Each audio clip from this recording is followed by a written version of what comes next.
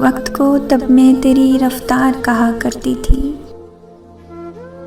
वक्त को तब मैं तेरी रफ्तार कहा करती थी, जब तेरे प्यार को ही प्यार कहा करती थी।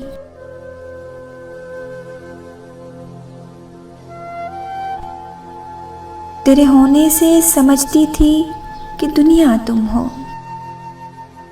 वैसे दुनिया को मैं बेकार कहा करती थी।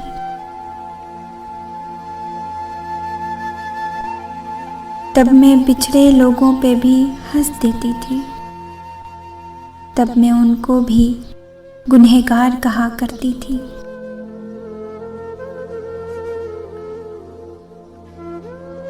तुमसे बिछड़ी हूं तो रोई हूं, वरना कल तक रोने वालों को भी फनकार कहा करती थी।